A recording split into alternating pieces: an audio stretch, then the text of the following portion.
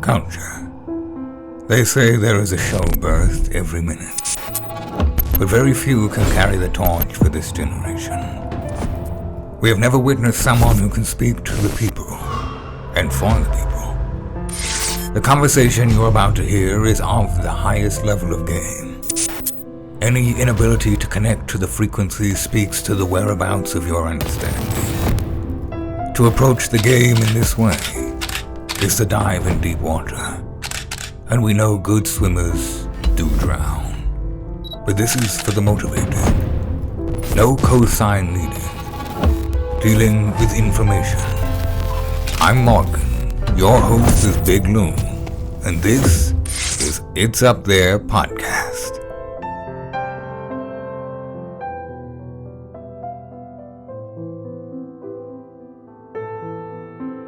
Hey, man, let's go. I want to welcome everybody to this Up There Podcast. Round of applause for my motherfucking supporters. You are now tuned in to this Up There Podcast. I go by the name of Big Loon. If you're listening to the audio adventure or version of this podcast, I want to say thank you. I need you to hit like, subscribe, share, rate, all of those things that you hear these other podcasts to say. If you're dealing with the audio version and you want to deal with the video version and support us in that way, I need you to head over to patreon.com/It's Up There Podcast. Deal with me there, message me there, let's vibe there. The videos drop there the same day as the audio, so you get the version of the clips and you get to see everything, how it breaks down, and some of the examples that I'm trying to put out there when I'm saying some of the things that I'm saying about the game. Welcome to all my new listeners. I get new listeners every week. I want to say thank you. If you're here, you'll be back hopefully to get some more game next week and put us in your rotation in regards to podcasts. We humbly appreciate everyone that's took the time to indulge in what it is we bring to the culture. We want to be diligent in our approach. We want to have expectations attached to our partners, as well as them have expectations of the quality of work that we bring to the culture. So we're proud to be where we are. We're happy to be in this position. As we peep the game, we just continue to deliver the game. It's a opinion-based show, but it's information and entertainment at the same time. So we dance and we operate on those lines. So we want to say thank you to everybody that's here. I want to give a round of applause for y'all that always come back and get the game. Y'all the best. We got a lot to talk about, man, in the game this week. A lot going on. I'm going to be doing some traveling this week, so I got to get this pod done before I head out. Where I want to start at is near and dear to me because, again, in this game, I like to pay attention to what's happening. I like to pay attention to how people are treated and how this game reacts to what it is that we value, right? I know what happens when we value these other people brands. I know what happens when we value people outside of the people we do business with. It's easy to share someone thing that's already famous. It's easy to put money behind something that's already working. We get that. We mean the heavy lifting.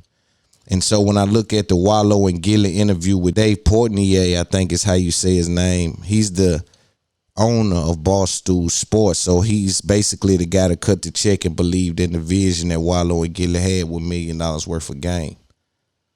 The reason we examine these things with a fine-tooth comb is because it's a difference between climbing and being carried. I made this distinction weeks ago that there's a difference between climbing and being carried. Although you both end up in the same destination, we got here different ways, right? And so we listen to Gillie and Walo speak to the guy that put money in their hands. They said they spoke to everybody and everyone said that they saw the vision. It's easy to say you see the vision, but it sometimes gets hard to support the vision. Because the vision doesn't speak to the results. It speaks to the understanding of the operation. It speaks to the work that I'm willing to put in, right? The vision, right? The vision, only I know how far I go to make this work, right? So when you hear them say that they believed in our vision, and they came and said, what do we need to do to make it happen, and had it done in 8 minutes. I want to play a little bit of this video. We like to examine Walo and Gillie because we learn from them. They high-level game. They high-level money get us in this game, and they operating in a way that's effective for us, and they make us look good in this space, right? It's a lot of podcasts doing a lot of good things, and we're going to examine all of them that's doing great things, offering things to the culture, charitable donations to the culture, right? Having real conversations and being entertained. And I was watching one with Gillie, with him and Duval. There's a clip going around. I guess it's going back viral. I never watched that episode where he was singing. Boy, I said, see, this in podcasting is needed, right? And so we appreciated it for what it is. What we're going to do is listen to a little bit of the interview with them and Dave, and then we'll come back with some game. We knew we were lacking, but we weren't, hey, do this. It was Roan. Roan introduced us. He's like, hey, these two guys are really good. Whenever we hear that, it's like, all right, let's go meet them and see if they're good. I didn't know what the you guys necessarily would talk about. I didn't really need to listen to a ton of your old clips. I watched some old ones. I'm like, yep, I get it instantly. Let's meet with them. That's kind of how we do it. But we're not, I don't know what the next big thing is. That's the number one thing people ask. Where's BarStool going to be in 3 years, 5 years? I don't fucking know. I didn't know TikTok was going to be around a year ago. Yeah. Everything moves so quick. Yeah, but see, for us, one thing we appreciate about BarStool is that, we talk to all the companies. A lot of them. All of them. Everybody got it. Everybody was, we see the vision, all the talk. So what we got to do to get it done? And got it done. Yeah. And then you look up, and because you guys didn't waste no time, you guys didn't bullshit, y'all seen some shit, y'all said that's it, and y'all reacted on it. Look at the value that we brought to the company. Yep. You know what I mean? Going out on the urban side of things, getting Kevin Durant, getting all these rappers, getting Floyd Mayweather, you guys didn't have no understanding that we was going to be able to bring that much value. Do you think this was going to blow up like this, Dave? I thought you guys are super talented. Like, it's hard to know. I don't necessarily know where you guys were before versus where, like, I know it's huge, but you guys are pretty big. I mean, I always remember that first time we met in Philly and all the white people come out to me and be like, yo, Dave, what's up? And all black people coming up to you guys. And it's like, all right, this is what we need to grow and get bigger. Right. So, but yeah, I thought you guys were supremely talented. So yeah, I thought it would be big. I really did. I don't want to say like it's not. Yeah, I thought. I mean, we I believe you because we you talked got about the this job before. done. Yeah, and like I don't call like the Turning guys. No, I'm gonna say this. I'm gonna say this. These guys are big. This is what I'm gonna say about Dave Portnoy. I don't know how anybody feel about him, but the relationship that we got with him is a little different. Is just imagine this. You're not going to have too many people that's going to introduce you to Dave Plug, the people that put them on, the people that help, that finance BarStool, that help him to the next level. Dave gave them a call one day and said, listen, I think y'all need to sit down with Walo. Shout out to the Sherman. I think you need to sit down with Walo and Gillie because they're going into their own atmosphere. They're building their own thing, and they might be trying to. They might need the financial support to build what we got over here. And I think they could do some extraordinary things, and they might be outgrowing BarStool. This is exactly what Dave said. And Eric, and I was like, so I'm talking. I said, Jess, they called you and said that. He's like, yeah. Look at the conversations being had from the CEO of the company. Now you ask yourself, from a building perspective, why does it take someone from outside the culture to come in, grab something that's undeveloped, wrap their arms around it and support it in a real way that amplifies it and instantly see the results? In our culture, we have a ready aim. We'll just keep aiming. We got that syndrome. Sometimes it ain't even lack of finances. It's people jobs are on the line when they have to invest in things that may or may not do what they think it should do, right? But when you looking to create something, you got to take those risks. And when you deal with the CEO of the company, number one, you got to realize what you're looking at. You're looking at the CEO of the company sit down on a podcast on his network. Makes sense, right? I think so too, but you don't see it happen a lot.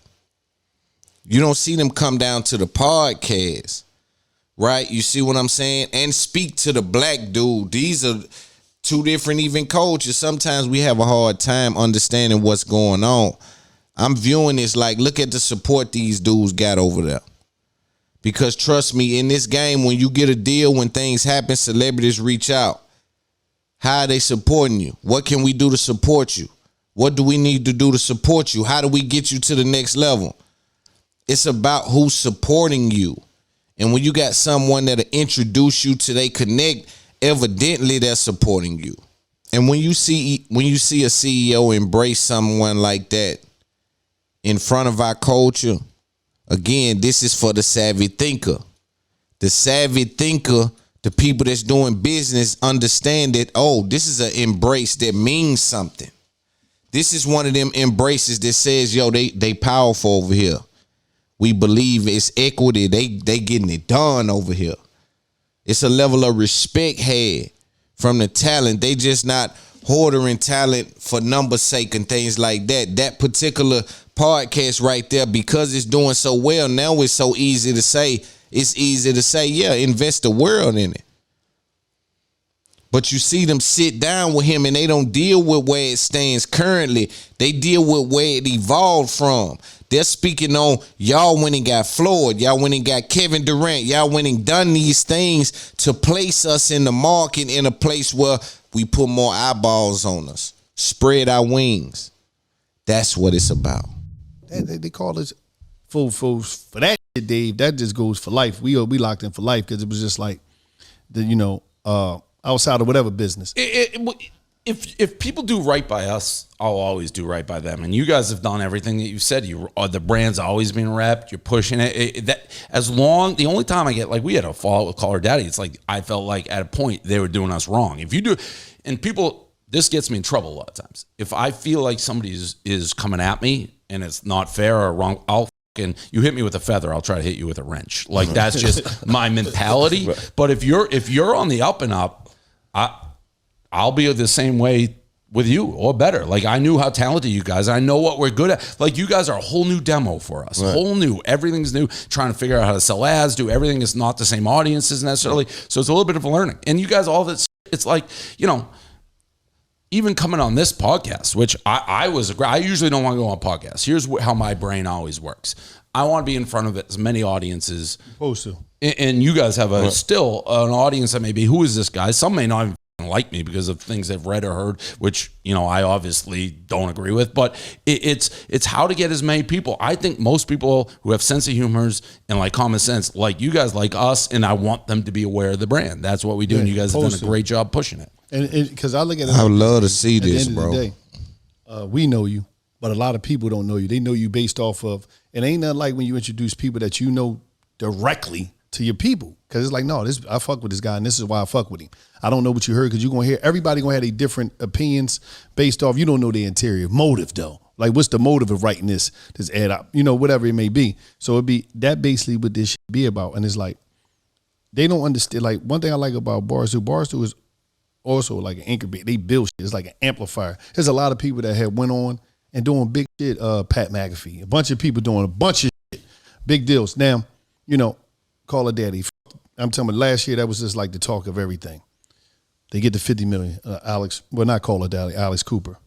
Thought it was 60 million. 60 over 3 years. It was 60 million. McAfee's getting huge. Like what you said, McAfee. That's what we said. It's like when I started BarStool, when we did the investment, people were like, what do you vision at? I kind of always like, well, maybe a little bit of like an SNL where like we have this solid cast and we can help launch careers and, hopefully they stay with us forever. If someone gets a huge deal like a Cooper or McAfee, like God bless them. Like we want that. That's the model. So the next person who's coming up is like, ooh, that's a good spot to go, build my career. And a lot of people don't understand. For y'all to understand, Call Her Daddy, well, Alex Cooper got 60 and Pat McAfee got 50. 40 he got like 140 million. These people that all came from BarStool. You probably don't know him, research, but Pat used to be in the NFL kicker. What was he? Yeah, he's a puncher for the Colts, and he literally is like, no one would hire me. When he's like, Dave was the only one. It's like, yeah, he's a funny, unique dude, and we did the same thing. Good. Pat is a fucking legend. Yep. Now you got these two people that come. You know who we almost fucking hired, and then he was trash us.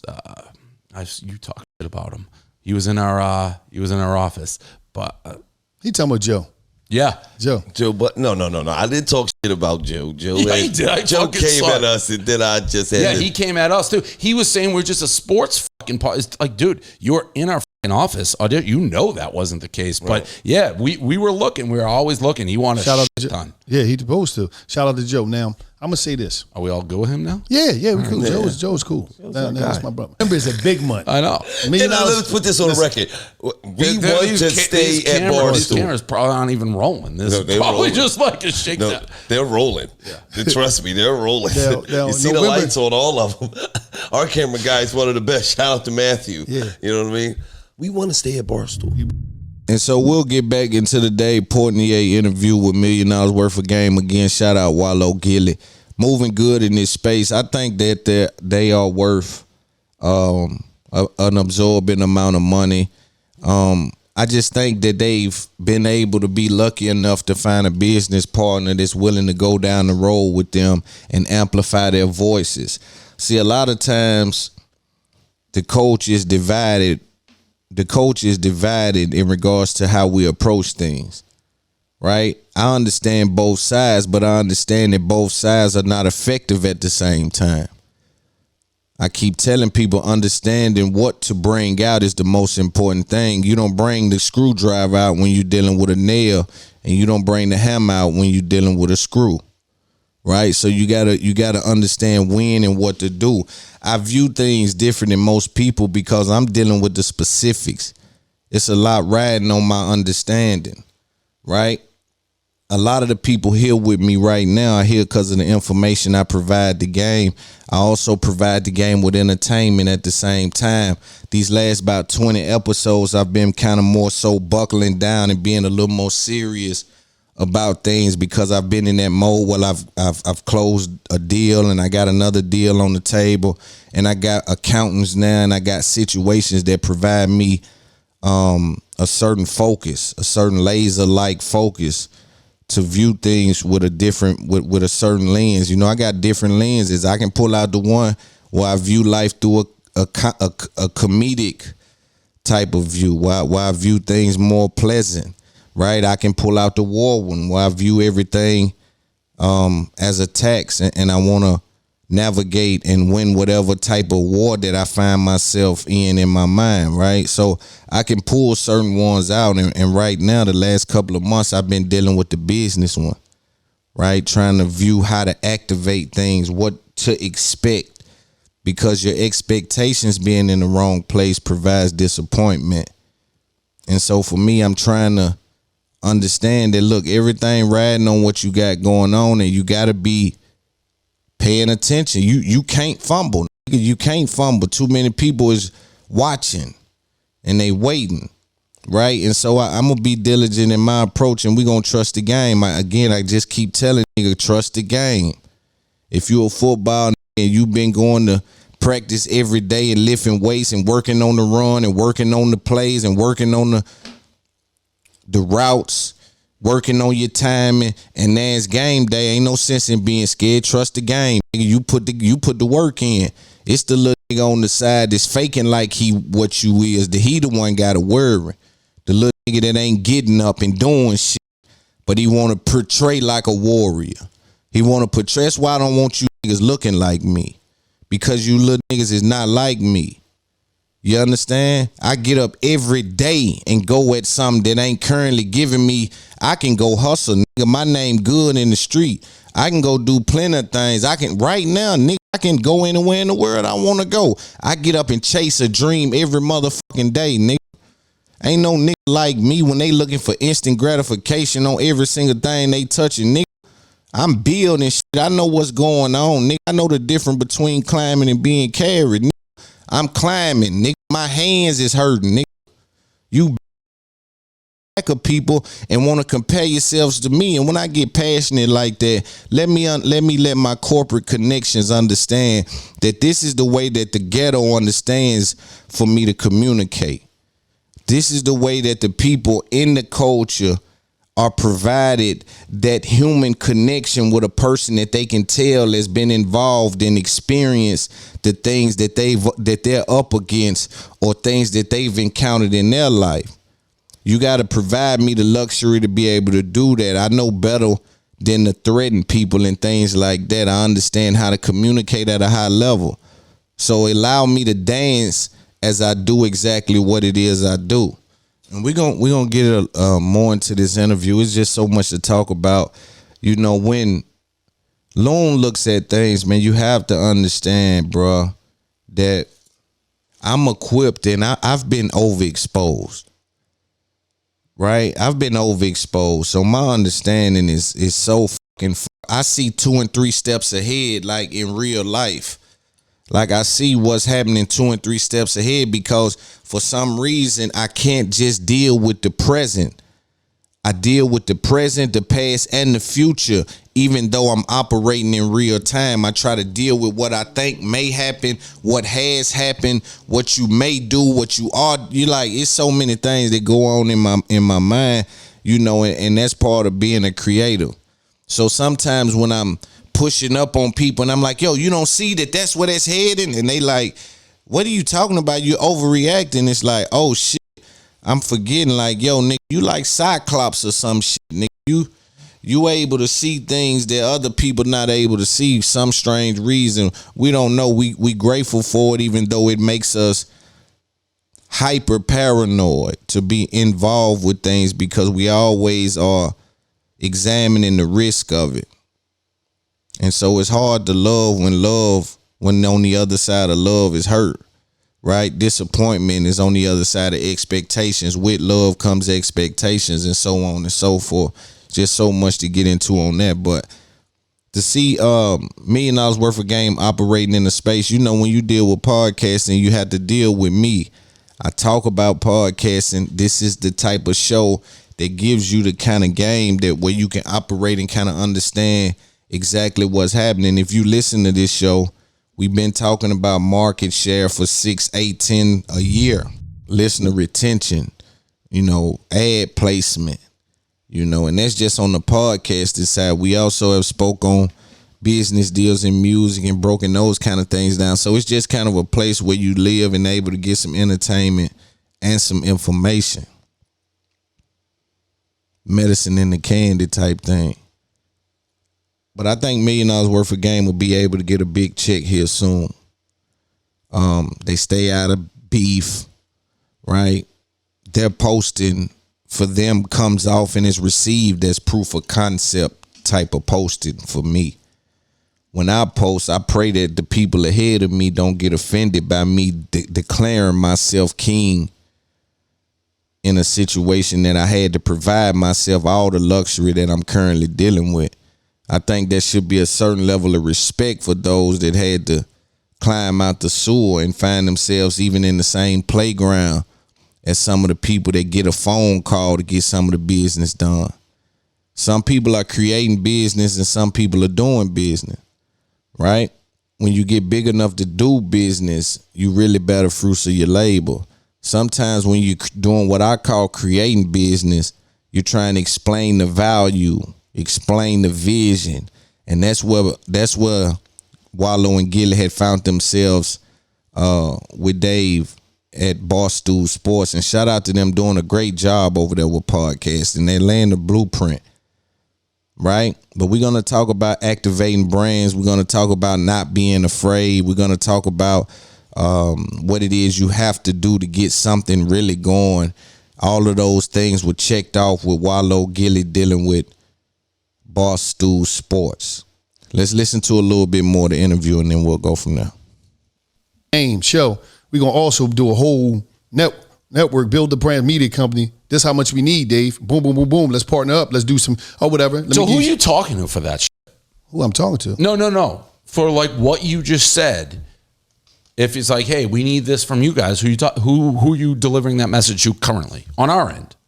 Oh, no. I already got the people that I can call. All I got to do is sit down with Erica. I'm just making sure all the infrastructure shit is right.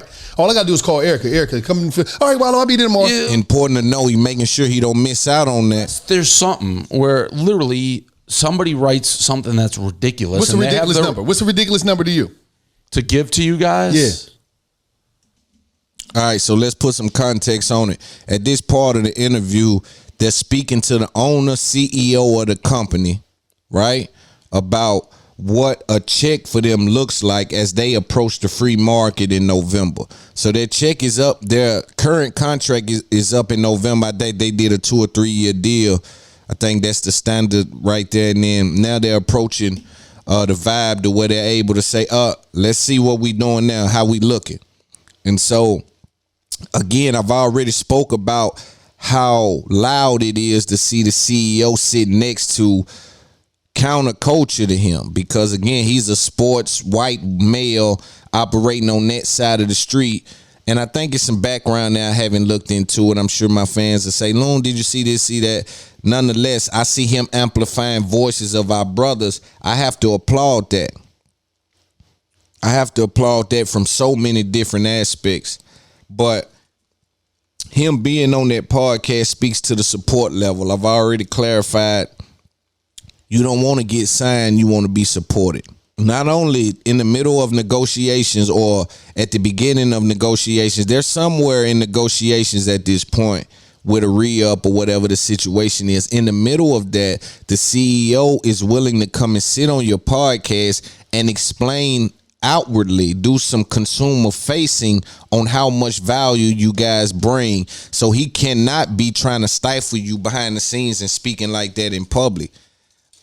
They respect the game over there. That's what it looks like. Because sometimes you'll be in a situation where in negotiation, man, the CEO ain't finna say nothing to you. He finna ignore you and act like you don't exist to try to, because it's all about numbers. And that's the mistake they make. But let's listen to a little bit more about how he's explaining to them their worth in the middle of their negotiations and how he's willing to go as far as he can to make sure this show stays on his network. It's important to note that he has spent money to put them in position. That's the point. You don't just sign things. You really spend money to put people in position to win, so we both win. It's a win-win thing. It sounds easy, but it's way more difficult when you really start working it behind the scenes. Let's look at it a little more. Put me on the spot here. I got to. For what? For what? Because we for what you just said, of just you two. Us for two, the podcast and the network. In the whole this network. Because I'm going to the. All right. So the money you're saying, part of that money goes to $1 million worth of game Inc. Like basically to run the business. Run the business. That is kind of a blank check in my mind. That's what I'm saying.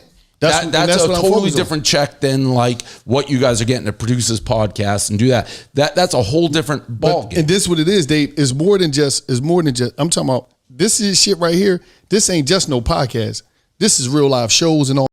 Like right. I'm talking about. This is for to go grab my 15 cameramen and take care of that. Yeah, but are you talking just you two, or you want to go build a ton of new stars? I'm talking about. Okay. We got people that it's a BarStool. It's an urban BarStool. Right. Not a BarStool. I'm talking about how you are great at measuring talent. We got a bunch. We feel like we have that same ability. Yeah. So that's so it's like they got a podcast over there. Their shit pretty good, but they need to be amplified. Yeah. To me, that's like that's almost like an unlimited check. Right. And now we're running them through the $1 million worth of game.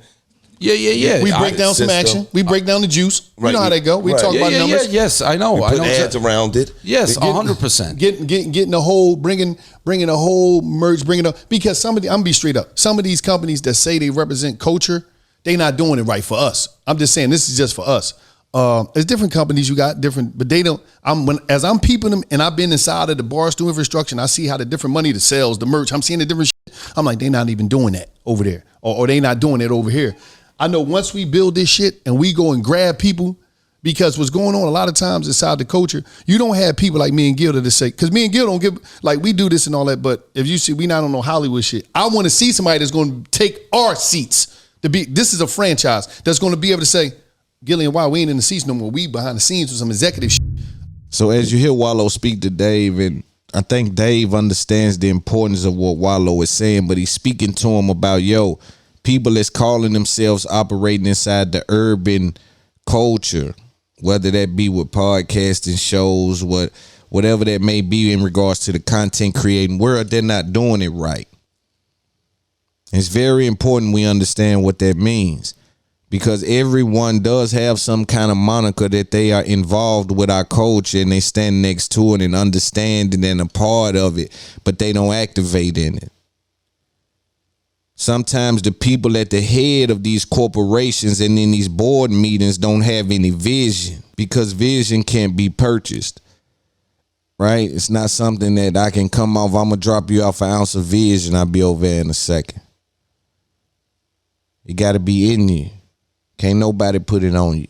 And so as you go in these buildings with some of these people, right, and they try to speak to you about what they view as a successful podcast or successful show and what that looks like in regards to what they see fit, you don't want to be disrespectful in your communication, especially when you haven't got your proof of concept out, right? So you operate in a certain way. I've had conversations with all the companies. I got bottles coming still. I got invites from places right now coming, people calling me, asking me, hey, what do we send this? What do we send that, right? These are companies that's viewing what I'm doing and just like, yo, we just want to create some kind of relationship. But it's rough when you're trying to explain to these companies how much money can be made, right? It's like trying to explain to the girl that's high strung on the SRT Challenger and the jury that, man, I'm a lawyer and I'm in my last year. I'm a doctor and I'm in my last year, man. The upside is right here and it's almost here. Because of where her morals lie and she don't have the vision, she's going to view that opportunity as detrimental, right? Because in her mind, she has a certain look on what life is supposed to look like for the man that sits next to her. And I keep explaining to people time after time that everybody worry about what right now, but what's important is what's next. Whatever I'm doing right now is my old move. You gotta really focus on what's next. And so if you can't articulate at a very extreme high level and have numbers to back and damn near your own money, it's rough to explain to these people that some people content is being consumed while others people content is being valued. There needs to be some stipulations on how we view these things. Because there's a difference for the people whose content is being consumed and the people content is being valued, right? And that's part of my fight when I go in these buildings. I'm like, yo, don't come talking to me about consumption when you're dealing with all the bells and whistles. You got people doing interviews with the hottest artists in the world on the week of their album, and you talking to me about those particular episodes. I'm talking about valued versus consumed. I understand we got to play both games, but let's really look at how things translate, right? I keep telling you people got 10 million followers and can't get 200 people in the building. People got 14 million followers and can't get 45 comments. We dealing with consumption versus value, right? So to hear Dave talk like that, it's an anomaly in this space. Because you see these people speaking in unison that, yo, we came to you almost, needing help.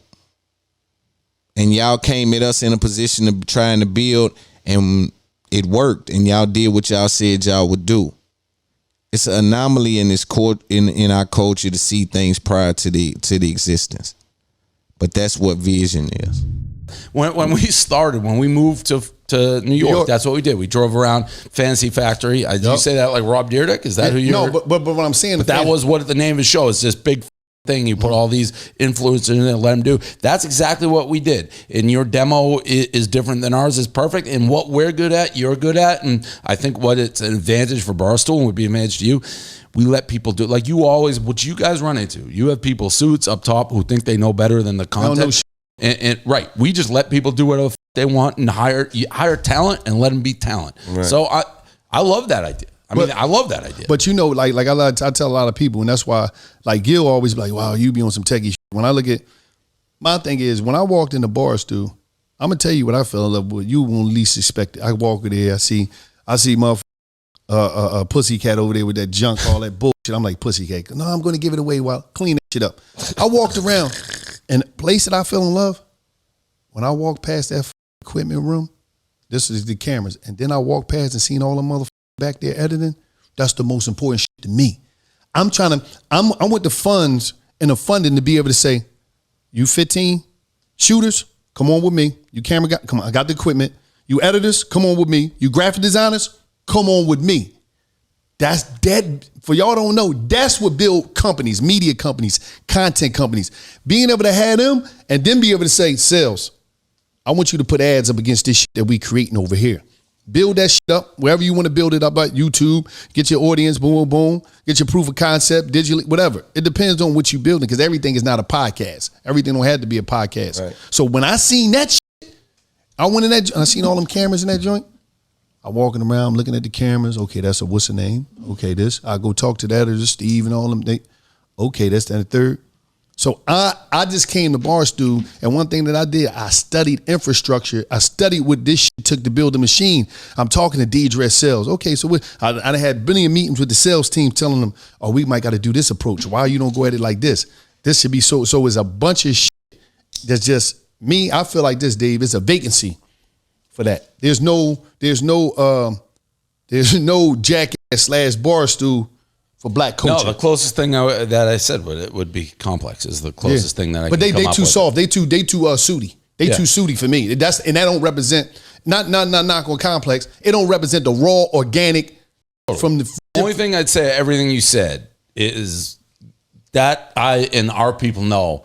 Sometimes I take you need 15 editors in this as like excuse. You're a perfect example. This is all you need.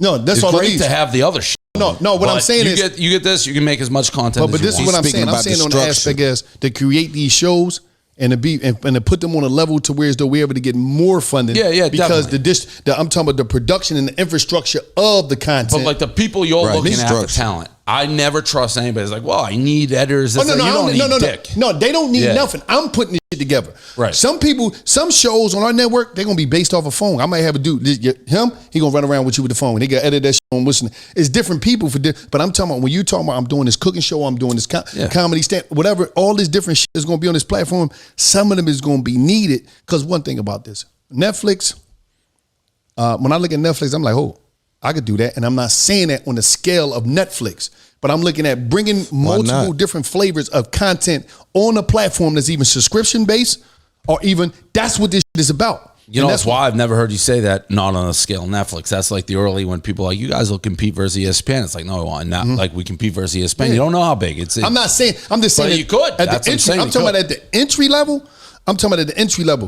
The funding that they got and the people and they could just go buy shit right there. I'm not going to be able to just. Some people I'm gonna be able to grab and be like, okay, you done all this. I'm gonna buy that.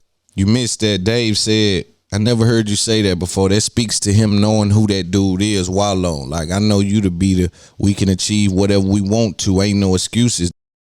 I don't want to hear you say that Netflix is too big.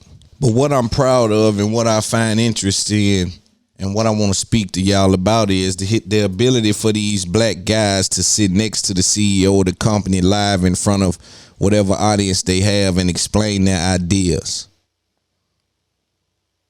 And I think that relationship was built over time because they came in explaining their ideas, not only to BarStool, but to other companies. And they said they got a lot of thumbs up. This game provides a lot of talking. We need action in this game, especially when we speak about building things that we say we want to be lucrative. We say we want black voices lucrative. Let's spend some money on them. Let's get next to them, put them in position, right? We know where Shaq need to be to have a high percentage to hit the shot. Let's put Shaq down there by the block and get him the ball. Let's put Kyrie up on top and get him an isolation. Let's put Steph on the three-point line and get out his way. Let's provide these people the runway to do what it is they need to do. But I fell in love with the idea that they were able to explain their ideas to the CEO just so freely, and he seemed to have value and have equity in what was coming out of their mouths, right, and understanding it. And although they make it easy with very little to no effort to sit there and articulate their ideas with the CEO of the company, I want you to know how rare that is to be able to be done in this space, not only from black to black, but just from podcaster or show or entrepreneur to CEO. Number two, I need you to understand that they were in that same position, which I think provides that luxury and that comfortable standpoint to be able to communicate from, where they were explaining their ideas to this same company when they was just very smaller than they are now. They said they grew 400% each year. Powerful numbers. I need for everybody out there to know, the young entrepreneurs, CEO, podcasters, athlete, rappers, whoever within the sound of my voice, I need you to understand a few things. Number one, it's uncomfortable being small with big ideas. It's uncomfortable being small with big ideas and having to explain those ideas and hoping that the people that you partner with have vision. We need supportive business, not passive partnerships. Right? Being small with big ideas is almost like one of them big old dudes with a too little shirt. You trying to, you know what I'm saying? You trying to explain that now, man, listen, I'm telling you right now, you don't see what it's going to look like when I put the whole outfit on, but I'm going somewhere with this. So why you grabbing them shoes with that shirt? I don't see what you doing. Yeah, because the pants got a little tin in them that, yeah, you didn't see what I was doing with the pants over there. You ain't a stylist. You ain't got that type vision. You shopping off the mannequin. And that's what a lot of these businesses are doing. They shopping off the mannequin. They ain't trying to create no outfit. They ain't trying to create no $1 million situation. They just shopping off the mannequin. And now they wonder how they get outpriced. Well, you get outpriced because you wasn't instrumental in putting anything together. So now I got a 10X because we don't have no business relationship. We don't have no private relationship. We only have a transactional relationship, which allows me to just put a price on my worth. And my worth at this time, because you didn't help maybe, or because you was instrumental in helping, either way, my value at the time is high. This is the number.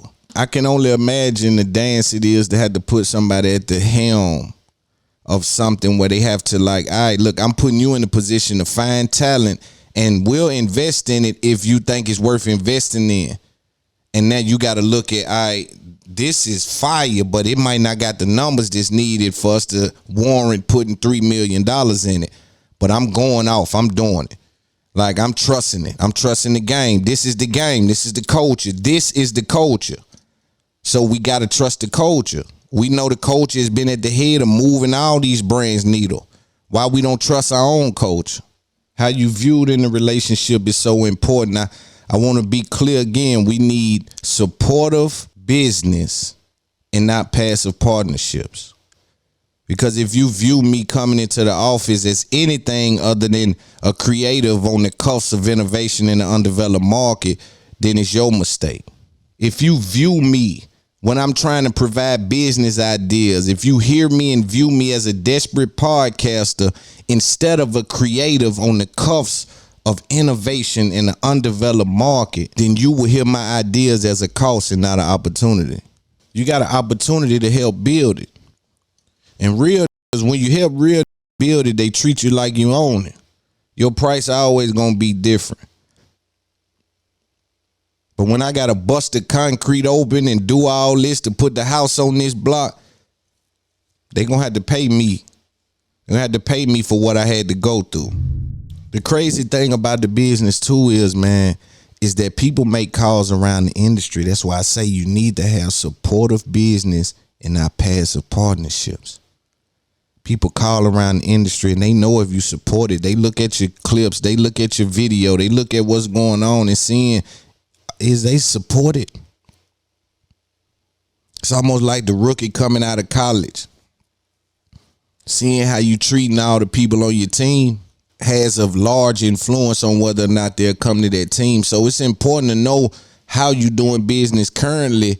Again, what's important is what's next. Because what's the use of getting in just a passive partnership that, like a lot of you podcast dudes, you know, I see people when they go in these situations and they get in these deals, I don't view them as being real situations. I was speaking about how sometimes you can go on academics part and there's not any ads. And of course, the company trick is to say the ad team can't get sales for this kind of whatever. We know that's what's being said, right? So I want to be clear to the up and coming creatives because you need to understand what you involved in. Getting in a supportive situation is different than having a partner you can't call on.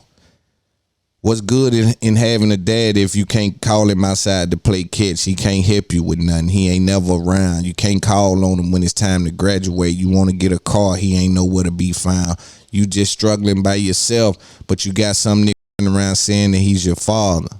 These partnerships, these JVs, they got to be more effective in the market if we want to really amplify and activate and make some money, more importantly. Move the needle. Some things warrant a budget, period. And round of applause for Dave for knowing that $1 million worth of game warranted a budget in this space. Let's listen to a little bit more.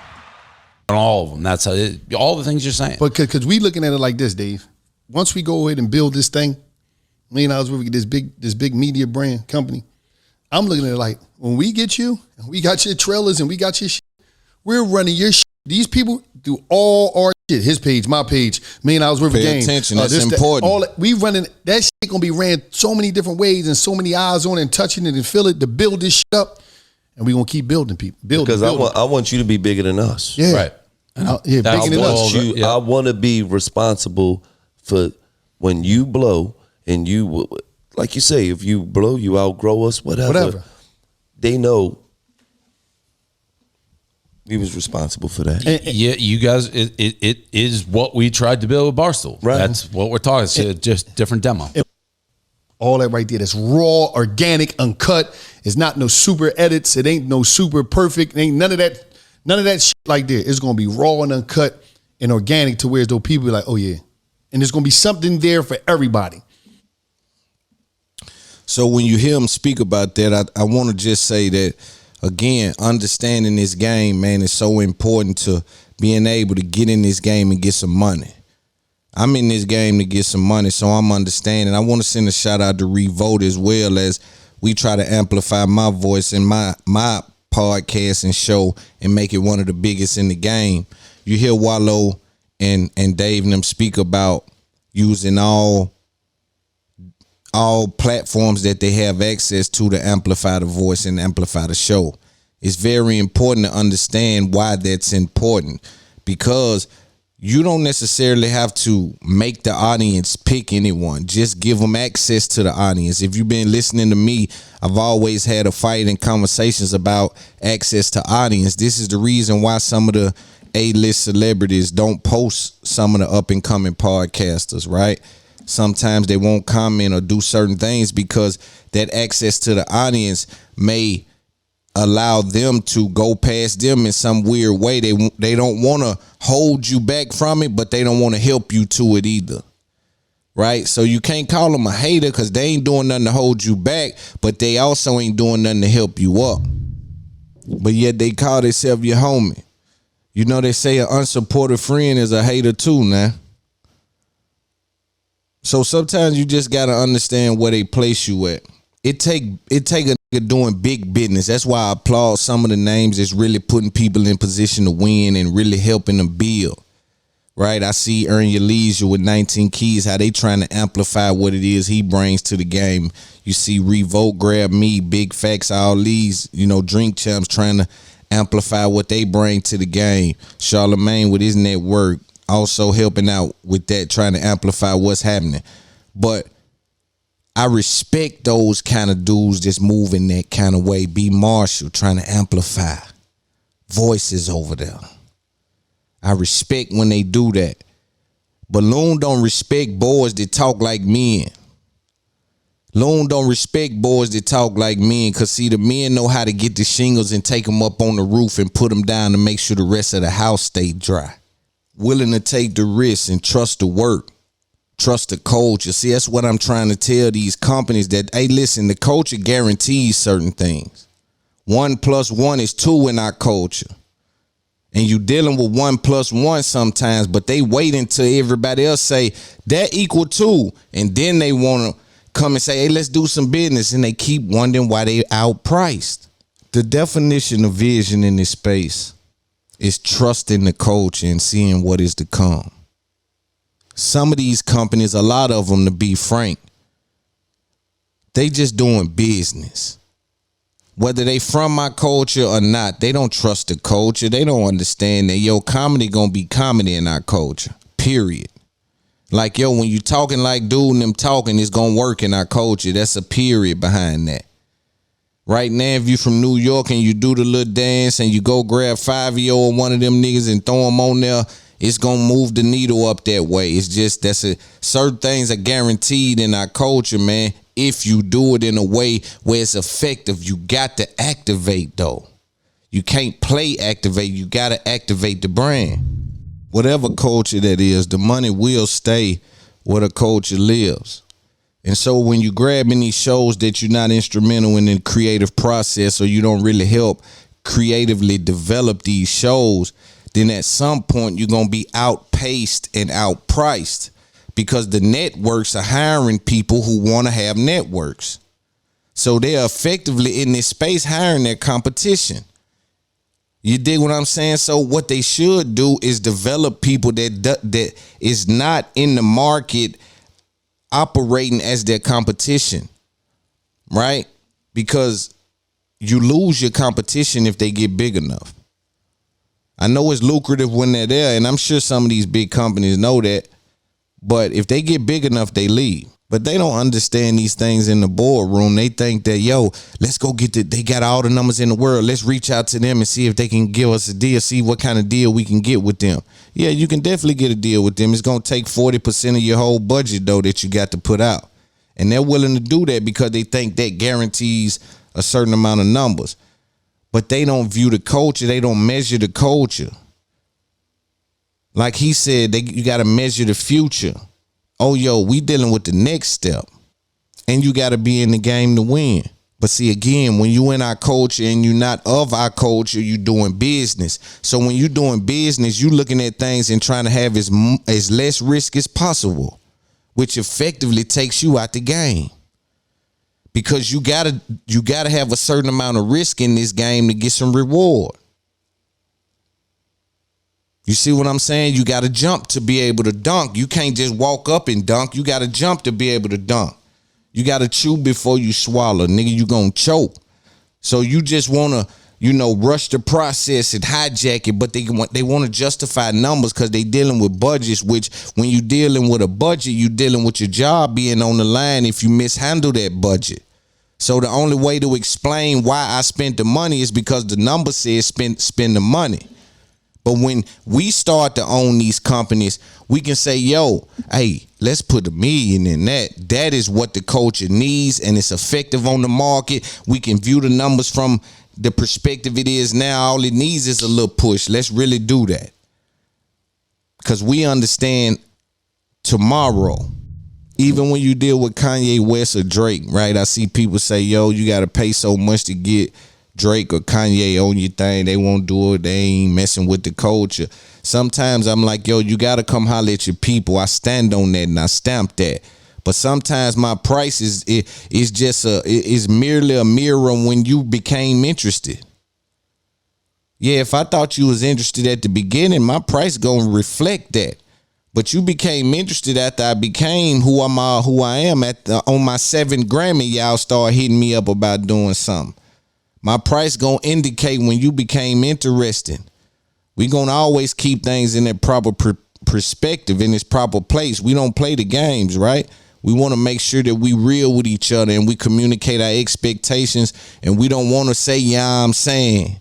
We want to communicate what we saying. We don't want to say it make sense. We want to say, we want $5 per subscriber. And why you want $5? Because our ads show that this conversion rate speaks to, right? We want to be able to, so for us, it's important not to just throw these filler words that the culture provides us. Although it sounds slick and cool, and we stand next to the slick and cool, we come from the street. We understand slick and cool, but we want to be effective in entrepreneurs. Yeah, we want to be builders and not destroyers, nigga. We want to stand tall, so we got to be more effective in our communication and our expectations. Communicate your standards, identify your attributes. You know what I'm saying? Bargain like a gypsy, but pay like a gentleman. You know, stand on top of your business and stand by your word. And that's what it's about. But in business, when you caught up on numbers, you're going to be outpaced and outpriced. It ain't no way to keep up because you only deal with people after the numbers are there. And after the numbers are there, we got to deal with you with the invoice. Yeah, I got to shoot an invoice over there after these numbers get right now. But if you was instrumental in building it, I got a certain kind of love and respect for what it is we done together, and the price gonna always reflect that. I was talking to Reggie White, that podcast about to come out. He was running Death Row with Suge. And he was telling me about how Snoop Dogg and Suge Knight was in a position to talk to each other, and Snoop got to feeling cool, like, man, promising Suge something. And Reggie White didn't feel like Snoop should have ever turned his back on Suge. And you know me, I deal with the information. I go to talking to him. I want to ask him why. And he want to tell me about Suge saving him from this and Suge giving him some money to do this. I kept saying, bro, you talking about business. Kill me like everything you done for me was business. Now you want me to do something on the love. You niggas is wizards at making business look like love and putting La Familia on the end of it and mob and all this old. You is slick with these words, so you to take some business, wrap it around family talk, and be tricking me into thinking we more than what it really is. So now, man, wasn't no love involved in our interactions. It was all transactional. You came and hollered at me because the numbers was like that. You didn't come holler at me and say, I believe in you. We got a budget for you. Here goes some paper. Stay out the street. Make sure your family good. Let's get it. Now, we don't need no money. We come in the game with money, and we come in the game a certain way. But it's a thing when you really in a situation to know exactly what it is that you up against. Let's listen to a little bit more of this, and we'll come back, and then we'll move on. But you know, with podcasting, I got to speak about it. It's important to me. This is the game I'm a part of, and this is why I'm spearheading it, and I'm changing it.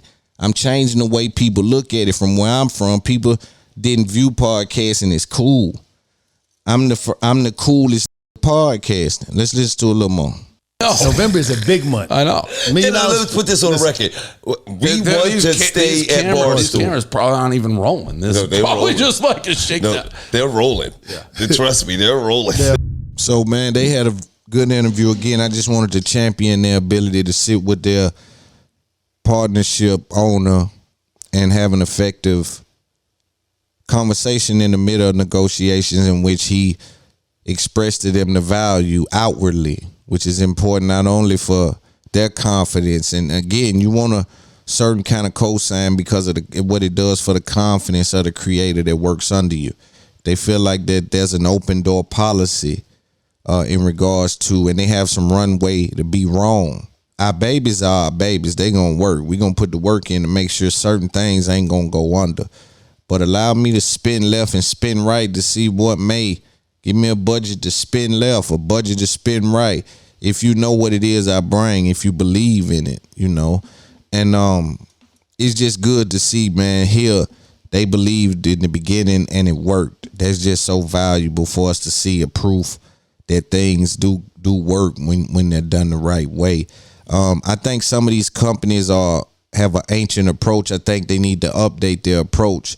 Again, I'm explaining to you how they outprice themselves from being effective in the culture. If it's just like when Kanye's able to call all them artists, is because he's in a very powerful situation. But a lot of those artists he has done things for. His name is good with a lot of those artists. Drake, the same thing. You know, when some of these people are able to put some of these all-star lineups together, it ain't because the money. Yo, Rolling Loud is getting hit across the head, but they're making a lot of money because their business model is extremely effective in the market, right? They're able to sell tickets because they got all the hottest names, but they're able to pay top dollar. And you don't want to be in content world operating like Rolling Loud. And that's what a lot of companies are doing.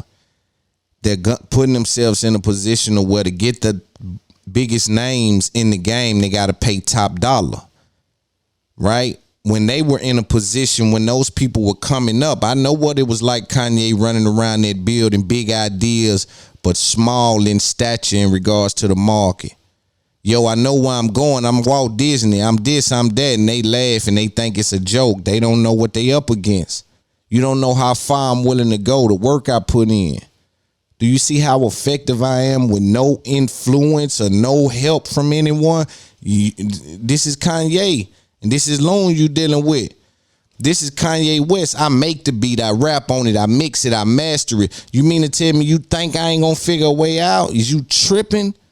All right, so by the time you get interested, we'll 10x the number. Fortunate for me, I'm going to keep going either way. And I don't have to abide by what I supersede.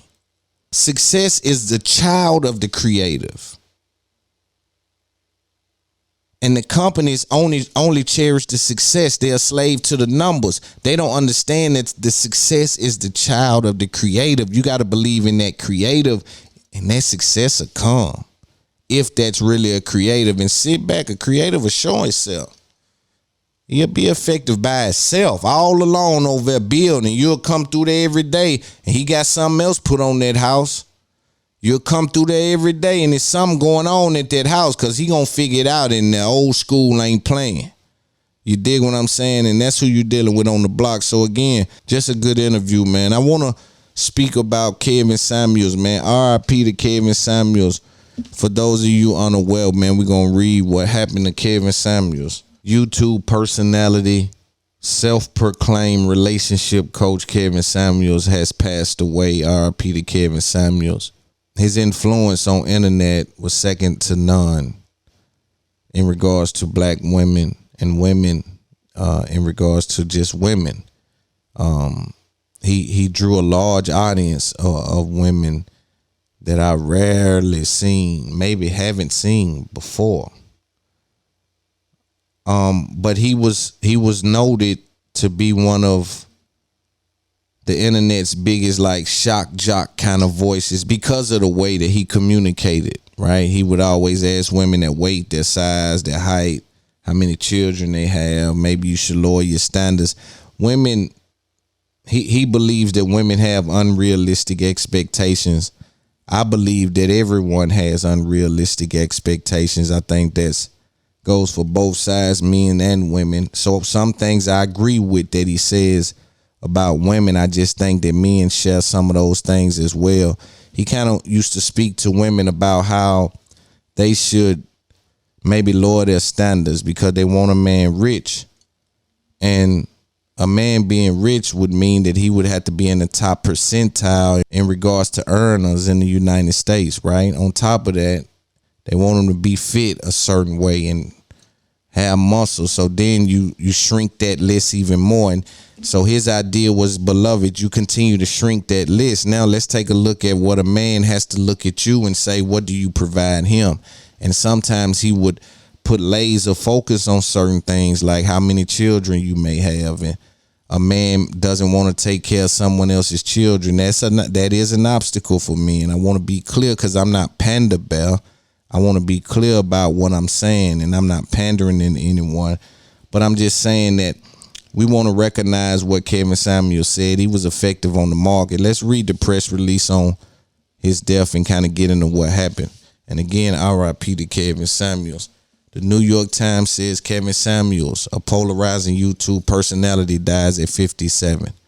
Styling himself as an image consultant, Mr. Samuels aimed his advice at black men and women, drawing a large following and a chorus of detractors who condemned his views as outdated and cruel. Kevin Samuels, a YouTube and Instagram personality whose blunt lifestyle advice aimed at black men and women drew a legion of admiring followers and a chorus of detractors who condemned his views as outdated and cruel. He died on Thursday in Atlanta. He was 57. His death was announced by two friends and fellow YouTube personalities, Dennis and Melanie, who is also a lawyer, identified himself as a family spokesman in the Instagram post. The Atlanta police said he was found unresponsive on the floor in his apartment.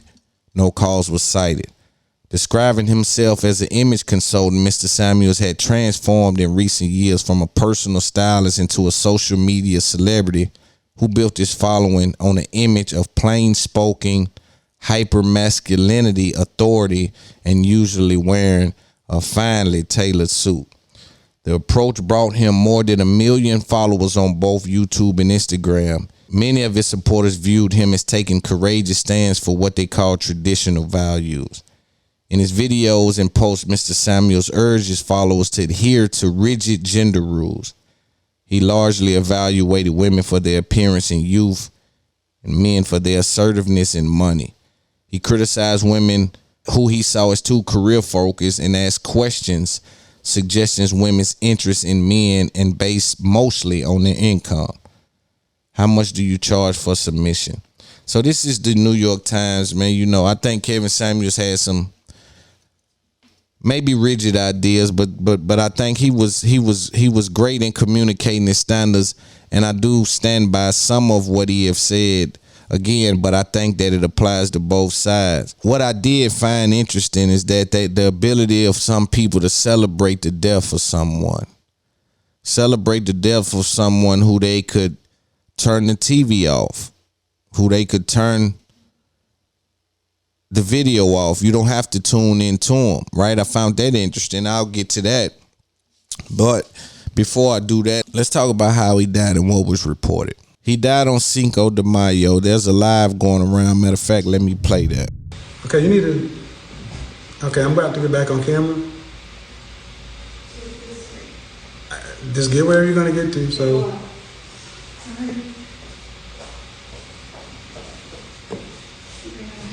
You got it? Okay. All right.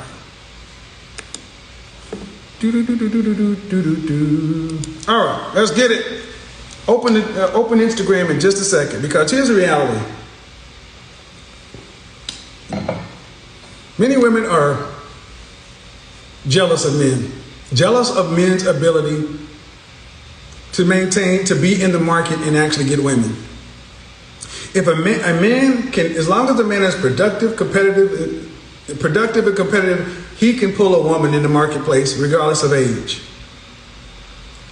Productive, competitive, successful men. Shout out to Theo Wolf. You can hold out for a dog or PhD, ladies. Yet a normal, humble man will make a loving family. Yet a normal, loving man will make a family with you. Here's the thing, Theo. I actually referred somebody to you the other day to the things you're teaching. But here's the thing. He mentioned humble. Gentlemen, you're looking for a woman who brings peace and she has humility. There are plenty of attractive women who have humility, but they're not overly impressed with themselves. If you're dealing with a woman who's overly impressed with herself, don't waste your time. That's an uphill battle. And women who talk like this, well, why can a man exercise options and you can't? Well, we're not equals. We're different in the sense that, but you don't hear men talking about, well, women get their stuff up front, blah, blah, blah. Ladies, many of you are going to have to come to grips with the fact that you've been marketed to, you've been lied to. The women before you have lied to you. Media has lied to you. You cannot have it all. Life is about choices and trade-offs.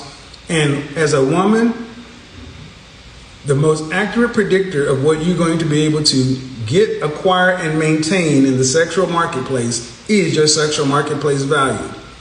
That's fit, feminine, friendly, cooperative, submissive. That's how you look. That's how you carry yourself. And the thing is, you will attract far more men. But the men who keep women, the men who wife women, the men who make lives with women are looking for women who are assets. And they're not looking for women who want a man to get on her program.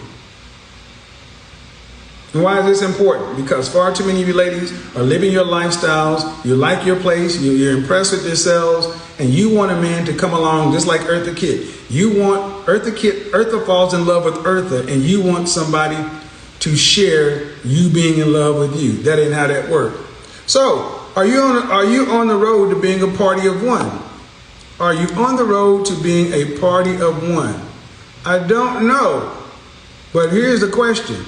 If you are on the road to being a party of one, what are you going to do about it? What are you going to do about it? So we saw someone in the background now. Interesting thing, man. Reports are saying that he complained about his chest tightening up. He expressed those complaints to the young lady that was with him. I think they're saying that she was a nurse. With him being that age, reporting to you his chest is tightening up. I think that a nurse probably would have told him to go to the hospital. I'm not sure. But what they're saying is that he reported to her that he's hurting and he's going to take it easy. So he laid down. Some kind of way he dies on top of her. Now, I'm not the one to talk about conspiracies, but they're saying that old Samuels may have been on the sex enhancement, and that may have affected him. Now, I don't know that to be the case. There's alleged, but funny how they report that he died on top of her. Like, what does that mean? Does that mean you know what I'm saying? That almost could mean that that could have happened in some sort of sex position. Like, not sure, but man, RP the dude, man, he was a great communicator, had some talking points, and it was rough for people to get around. Rough to get around them talking points he had. Boy, he had some of the most solid talking points that a guy ever came with to try to make their case to a woman. You understand? But again, his ability to get the women over there was larger than Hugh Hefner, in my opinion. Dude was able to do some things Hugh Hefner couldn't do. Hugh Hefner paid all them women. Kevin was able to get them women to come through there for nothing and want to talk to him, knowing that he got a certain brash behavior, but they want to talk to him. Thousands of them flocked up. But again, just as a content creator, he's going to be missed in that space, man, because dude was effective. Let's talk about Dave Chapelle. The great Dave Chapelle just found himself in one of the most awkward positions a man can find himself in. Being tackled by unknown. So Dave Chapelle was on stage at one of his comedy shows, and a strange guy just jumped on stage and attacked him. Let's look at that video, see what you see that, man. But again, dude was a little too weak, you know what I'm saying? Now, what really is shocking to me is that not only was he able to get on stage, and I'm going to show y'all some pictures of the aftermath. It's the president approach. No matter what you do, you going to die about it. So you come over here and smack somebody, they going to try to kill you. You come over here and shooting, they going to try to kill you. Whatever happened, whenever you cross the line over here, it's a guarantee that they going to try to harm you. So he knew that he was crossing the line and he was going to get hurt if he got caught. The thing is, the little nigga had something from the 1920s on him. Man, he had something that looked like a gun but really was a knife. I mean, it was straight out of ancient history, man. I don't know what this little thing was, but do you know how dangerous that was? The man had a knife on him. Had he came to him with knife out, it's too late. You know what I'm saying? Now, what does this do? Is this going to create new jobs to where now we got people standing by the stage? And I hear people blaming this on Will Smith. I don't want to blame this on Will Smith. This dude here had an agenda. When they looked back into it, he had songs named after Dave Chapelle. This dude was tweeting and said Dave Chapelle was next after the Will thing. But, I think he had something in him where he wanted to get to Dave Chapelle to try to hurt him. And that's a spooky thing. But what's even more spooky is that how do you get in with something that looks like a gun, that's a knife, that's metal, a real knife? Let's read the CBS News report. Comedian Dave Chapelle was attacked on stage by an armed man Tuesday night as he performed at Los Angeles Hollywood Bowl Arena. With videos from audience members, cell phones quickly flooded social media, showing a man appear to run on stage and tackle the comic. The Los Angeles Police Department said 23-year-old man pointed a weapon, later determined to be a replica handgun that contained a knife, at Dave Chapelle. Now look at this. Now where do you get some shit like this at? Now where do you get some shit like this at and front row tickets? Now you don't got no business having both. And where you sent there by, cause you don't got no gun or no shit like that from the 1920s and got the money to get front row tickets. Some ain't adding up, nigga. Thing, you know, cause clearly, like, look at this, man.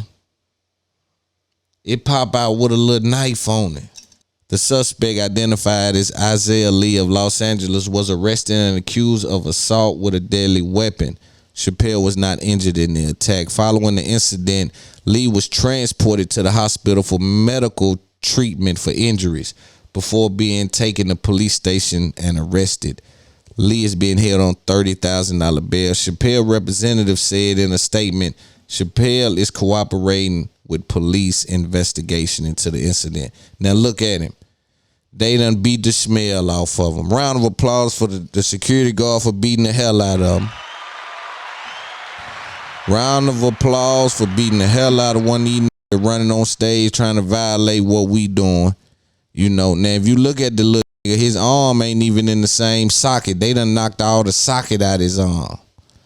You understand me? His arm ain't even in the right place. His eye black, his other knot on his head. They done beat him. They done beat the smell off of him. The performance by Chappelle at the Hollywood Bowl was epic and record-breaking, and he refused to allow last night's incident to overshadow the magic from the historical moment. Now, everybody that knows what's going on in LA, they have a thing out there where you can kind of steal as long as it ain't over a certain amount. They ain't gonna do nothing to you. You can break certain laws out there, and they not gonna pursue them. I'm not sure what's happening out there. Hence, why this guy who did this to Dave Chapelle reportedly is not even facing charges. Now, this is what's crazy. The man run up on you see what they were talking about doing to Will Smith.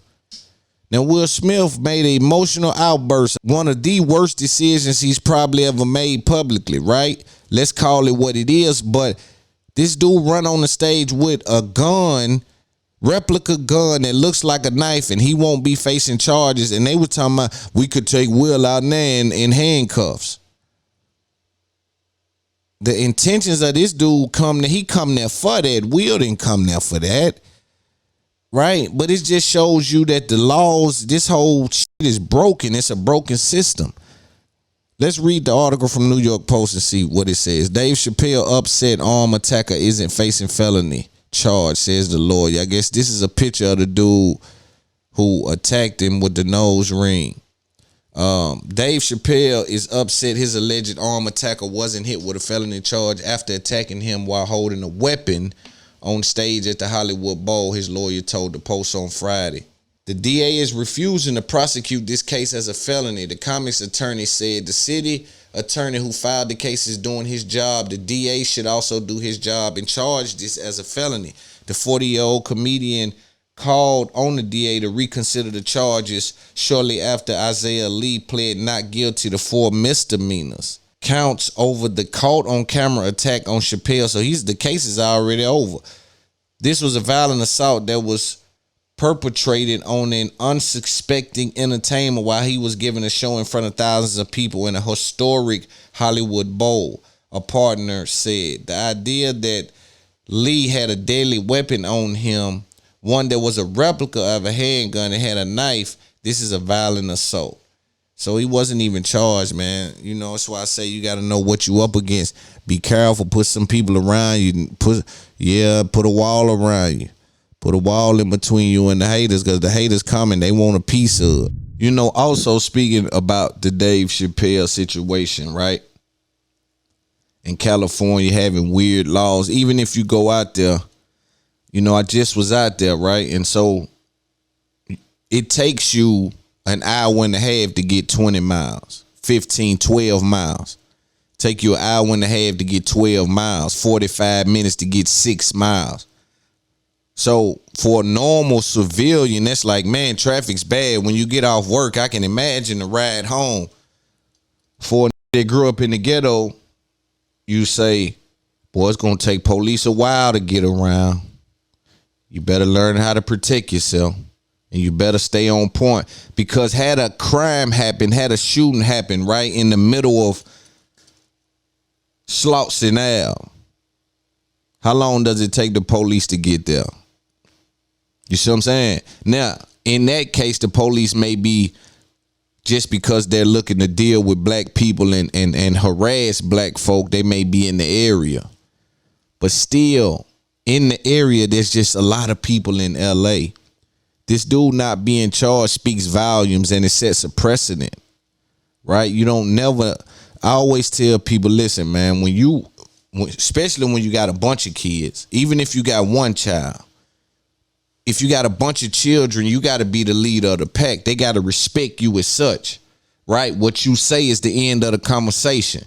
When you, like, you know, not that they can't speak back and things like that, but there comes a time that, all right, that's the end of it, right? And they need to respect it as such, or the world will teach them.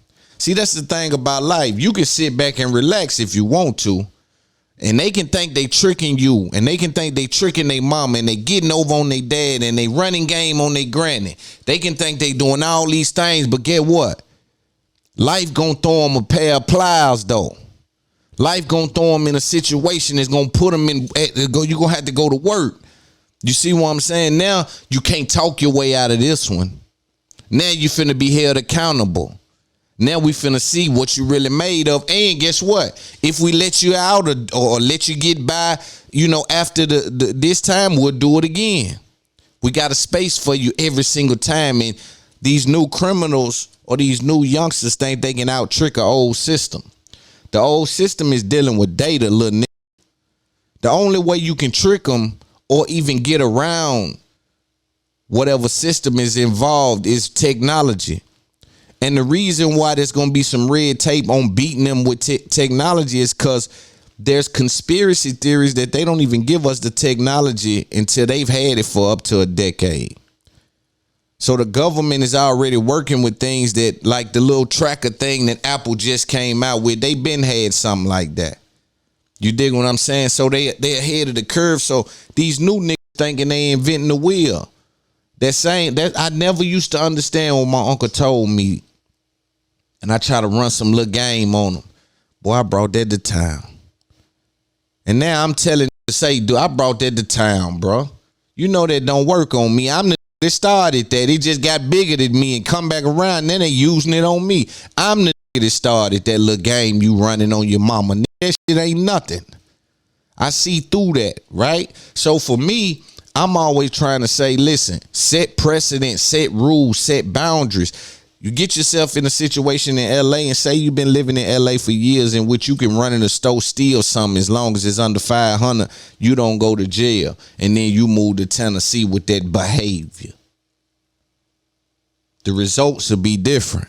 And that's what you got to always prepare for.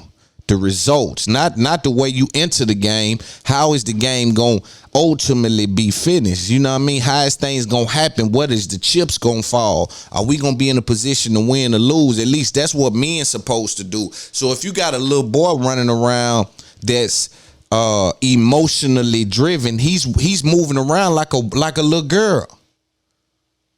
Right? And little boys have that stage where they get emotionally driven and everything is about how they feel and what they want people to think. And listen, little shut the fuck up and let's get to work. We got work to do. Don't nobody give a fuck about how we feel. It's unfortunate, but we don't got time to discuss it. These folk don't give a fuck how we feel. We got to get shit done. And you part of the tribe. Who gonna carry the boat? Who the fuck gonna carry the tools? You little niggas is like girls. You little niggas whining and like, excuse my language. But nowadays we deal with children, right? We deal with little or people. And the reason I talk about it as a child is because these adults we dealing with are only children that never grew up. They're only children that never been introduced to consequences and boundaries. And so the ways that they react to things shows me and gives me insight that they haven't evolved from their childlike behavior. right? They can't even interpret what's happening. They have no ability to stay on track, to stay on course, to stay focused. You little ain't got ability to even understand what it takes to be successful because you're doing too much about your emotions. It's too much about emotions. But at the end of the day, it's fucked up, right? That in LA, they'll allow somebody to run up on Dave Chapelle, do something like that, and not be charged. So basically, you telling me I should have killed him. Because he need to be held accountable for what he done. I think every human being can agree that if you jump on the stage and run up and try to tackle a man with a knife, with a something out of, the little nigga had something from the medieval times. Little niggas jump up with something from, 1920. It looked like a gun, but hit a button, it turned into a knife. He had some old school bullshit. And he jump on there and try to tackle me to harm me. And y'all telling me ain't no consequences about that. I can imagine what the people with no notoriety going through. Niggas is breaking in folks' houses. They can't do nothing to them. They got to try to beat them with something to get them out. They can't even kill them. Imagine somebody coming in your house and you don't have the ability to defend yourself. I live in Tennessee. I'm killing anything that walk through that door unannounced and unwarranted. Right? I got to protect myself. I mean too much to the situation. Know what I'm saying? Then everybody depending on me to protect. So I got a gun big enough to handle whatever happened. Right? But just think being in one of those situations to where you are in a state where there's really no clear line as to how I can defend myself. I couldn't imagine being Dave Chapelle on stage, comfortable as I can be in the middle of my set, working my shit out for 10,000 people, and some nigga run on stage with something from 1920. And he tried to hit me with a Brock Lesnar move. Nigga, I been in the gym. You gonna Brock Lesnar me? What, you gonna watch too many movies, man? We don't go down like that. Black people don't go down like that. It's very rare a black, that's white boy shit. Respectfully to the white, that's white boy shit, a spear. That'll get a white boy on his, but a black nigga he on adjust some kind of way. You ain't hit, like, you not spearing us, my boy. So he come with the spear and then get the shit kicked out of him. And then don't get charged by the county. I bet you they rather would have charged Dave Chapelle for them people for kicking the shit out of him than charge him for running on stage.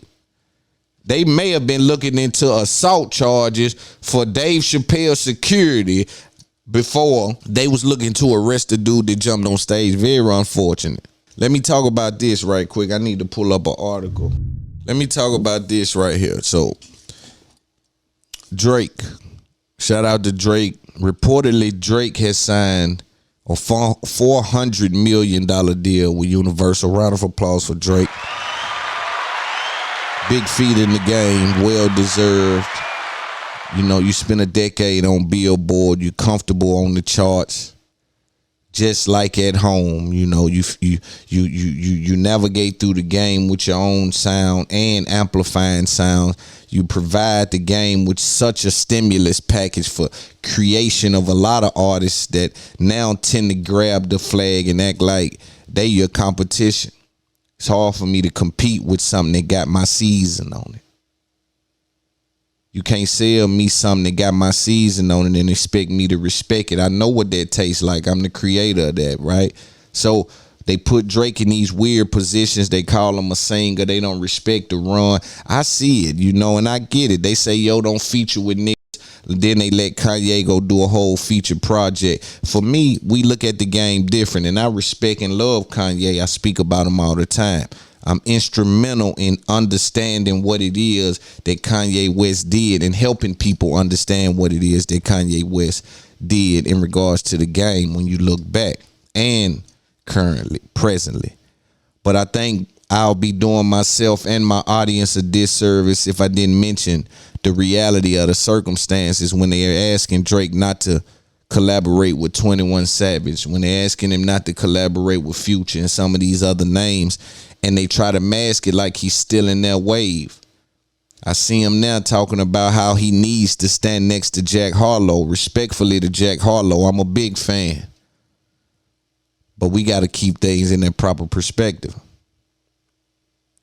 Jack Harlow is a fruit from the tree. And he's talented. But at the end of the day, that chicken got my season on it. You see what I'm saying? It's hard for me to compete. And that's the same thing I say about these networks. They don't know what they doing. But right now we dealing with Drake. What's unique about the 400 million or a lot of business deals that Drake has done after he's evolved from being up under Cash Money? He's been brokering these deals alone. I think that speaks volumes because everybody else that kind of went in and got some paper kind of come up under some of the pioneers. Again, you got to carve out a space to really get some paper in the space. All that I'm up under, that's you being carried. I'm looking for climbers. I keep trying to tell people the difference, and people keep trying to remix what it is I'm bringing. Understand what I'm saying. It's a difference between climbing and being carried. When we dealing with Drake and you go get 400 mil and it ain't a cosign nowhere in sight, and you probably worth more, because if we being realistic, we know a company ain't gonna give you 100% of your worth. They stand out to make no money. We'll be stupid not to understand that. So if you giving me 400, I gotta be worth something like double that. And that's being reasonable, because we know for you to invest that amount, you would like to. We know that. You see what I'm saying? So again, the importance of understanding the market and what that does, he just stretched the whole market out. It's like you see how every year in the NBA, the first round pick, whatever he get at number one next year, no, boy, we get more than that. Or if they give they catch 90 balls a year, 200 million, and I catch 110 balls a year, that tells me where I stand. Now let's say the 90 balls is the top. They get that boy from who catch 90 balls, 100 million a year. That still tell me at 40 balls a year that I might be looking at half that. 45, 50, 60 balls a year, I might be looking at 50. You see what I'm saying? So what it does for the futures, what it does for the people that fall under that, like the Thugs, like these other names, the Babies, Lil Baby, some of these other names, what that does for their negotiation. And that's why it's important for the leaders of the race to make the right decisions and to stay innovative. Let's read this press release from Complex. Drake signs Universal Music Group deal reportedly valued at $400 million. Drake has signed a new multifaceted deal with Universal Music Group that's reportedly valued at the highest $400 million. The news was confirmed in UMG's Q1 earnings call, which is quarter one earnings call. They probably have a call each quarter just saying, hey, this is what we're doing, this is what we made, and there's some probably big feet on that call. As Variety reported, an official figure wasn't revealed. Insiders have pointed to the $400 million amount, although it could even be higher. One source described the deal as LeBron size. Shout out to Drake. Drake was previously signed to Cash Money via UMG on Republic Records and has effectively re-signed the UMG with the new deal, which covers recording, publishing, merchandise, and visual media projects. Ladies and gentlemen, that's a new word for podcasting and all content that goes online. Visual media projects. Put that in your records. According to one attorney in the music industry, Drake has the bargaining power to negotiate a net profit split with the best deal terms and a humongous advance up front. While his relationship with Cash Money, also UMG, remains hazy, it depends as though he has completed his obligations in his previous UMG contract. Yeah, he's in the green. Again, our culture, man, we have a unique approach to good news. I know the lie got speed and the truth got endurance, but good news seems not to have the same effect as the bullshit. You know, and I'm funny too. I like to look at comedy. I like to look at little shit online and make you laugh and smile and hee and ha and kiki. I like to do all that too. I find it unfortunate though that when we deal with even something like this, with Drake getting the biggest amount of money we've heard in advance wise, and also speaking about a net split, which I think should be an equity deal needs to be in place for someone like Drake. It's a period behind that. Let's move on. I find it interesting that the culture always latches on to the bullshit, right? We'll have more press on Drake DMing a girl who dude said some stupid shit under his post than for him getting $500 million from Universal Music Group. And for me, that speaks volumes to the things that we cherish and the things that keeps our attention. I keep telling people it's about staying power. That's easy to get attention. We got to learn how to keep attention, because if they not listening to us for a long time, a short message ain't a good message. It can be effective. It can have impact, but I need you here for a while to get you this real information. That's how it works. But in our culture, we'll celebrate. Yo, Drake DM'd this girl. Dog. Hey, yo, I'm on the other side of this. I'm dealing with information. Yo, say, dog, they got $500 million. Say, boy, what Future gonna get, boy? We working with paper now, boy. Who in line? Because I'm in the podcast line. So when they get $60 million for 3 years and Walo and them get a 40 or 50 and Charlemagne cutting checks and, man, I'm sitting here saying, ooh, I'm in line. And I'm effective. Keep stretching it out. Ain't no hating going on this side. I know what's going on this side. And so these blogs, man, they just have I don't know, man. Round of applause for the blogs for giving Drake more coverage for DMing a girl who was married after her husband said some corny shit than speaking about him getting a $500 million deal from Universal. And don't tell me it hasn't been officially reported and all of that. I know those games. I'm always watching y'all. I'm always watching how people navigate, right? And, I serve both audiences. So I know when you're trying to do that. I know what you're doing. I know what's happening. And for me, I won't call it nasty. I call it business. But I think it's unfortunate when we got a generation of kids to teach. And that's why I got to keep speaking on certain things, right? I'm probably the only that the streets respect enough to speak on certain topics, because I do it in a way, man, listen, my children got to live in this world.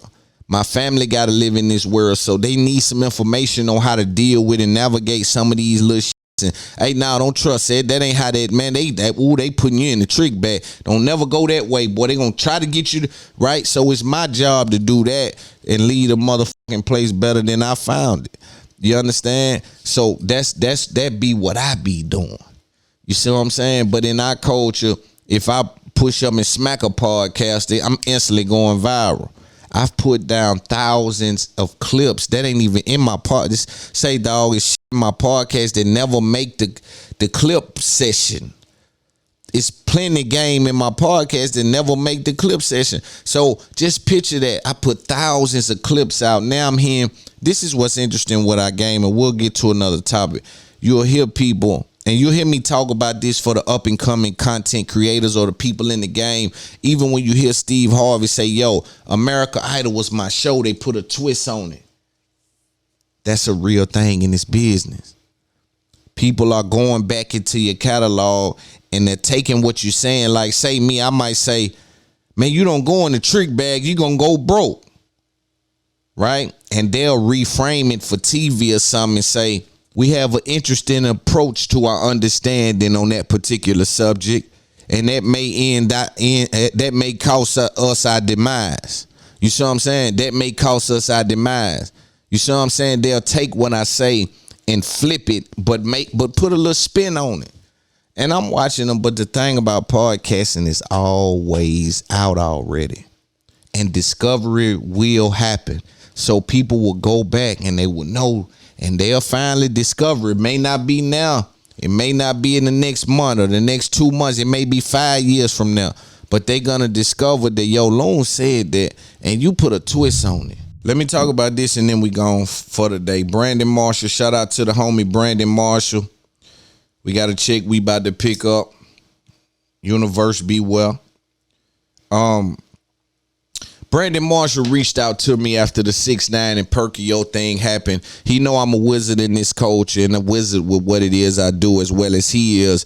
as well as, you know, a lot of our counterparts are in this space, right? We're effective in what it is we try to articulate and present to the people. So he hit me up, right? It's like, it's late, right? And I work hard, man. Everything you see is on my back. So he called me, FaceTime me. I'm asleep. You know, I was asking my old lady, did she hear my phone go off, because I needed to have that phone call. That phone call from Brandon Marshall was for the interview on IAA, which happens on Sirius XM. Make sure you tap into that IAA every night. I think they doing 3 or 4 times a week. They crushing it over there. Shout out to the homies doing their thing. And they had Steve Will Do It on there. Steve Will Do It is involved in the Nelk Boys, which is involved in Full Send Podcast and Happy Dad. And it's a circle of things happening. No one has to tell you if you just pay attention. Right? So Steve Will Do It, for people who don't know, is huge on YouTube. He's a YouTube phenomenon.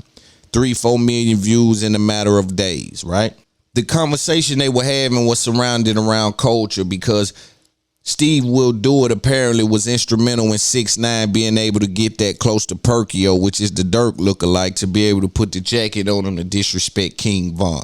I found it extremely interesting that Steve Will Do It, or whoever will do it, put themselves in any kind of situation they're unfamiliar with, that involves RIP, that involves the level of disrespect that may be considered hazardous. These the same people that won't take an interview if you might ask them a tough question. See how this industry work? But let's set that to the side. That phone call, I think, if I had been on it, and we about to listen to a little bit, they did a tremendous job.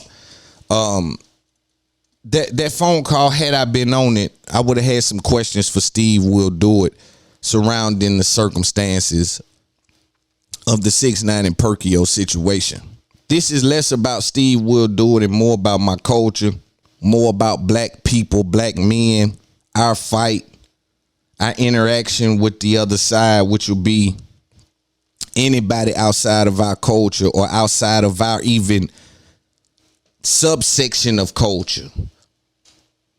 Because being black ain't enough sometimes. So I know being Mexican, you don't get it. You understand? Being black ain't enough sometimes. Having the dreads and sometimes you don't even understand the fight you in. So sometimes it got to be explained because you ain't experienced it. So you want to stick your nose where it don't belong. And being naive is one thing, but involvement is 9/10 of the blame. And so your involvement makes us stick to, damn, bro, what made you even... Right? But let's listen to a little bit of the B. Marshall interaction with him, and we'll come back with some game. It was none of that. It was not, if he... Why do you think 6ix9ine picked you, though? Now, serious question, though, right? Why do you think he picked you to do all this? Think about it for a second, though, right? No, he didn't. He didn't pick, he needed me because if he could have just got Perkio without me, then he would have never called me, right? Like, I would have never been called. Like, that wasn't for my YouTube. That was for his feed post. But here's my question to you, right? You said this is the problem for me, right? And again, I'm not attacking you because to me, I'm all about education. I think that, you know, I've been through things. I'm not perfect, right? And so, like, what I did is I leaned into my mistakes so I can educate not only the people around me, but the community at large. Okay, so I want to say that first. Yeah. But you're a young influencer. You're crushing it. He's young, man. Bro, you said you broke down YouTube. You broke down, I want to do epic shit. You know, it's all about this thumbnail, et cetera, et cetera, et cetera. But my question to you, what about epic life? What about Perkio?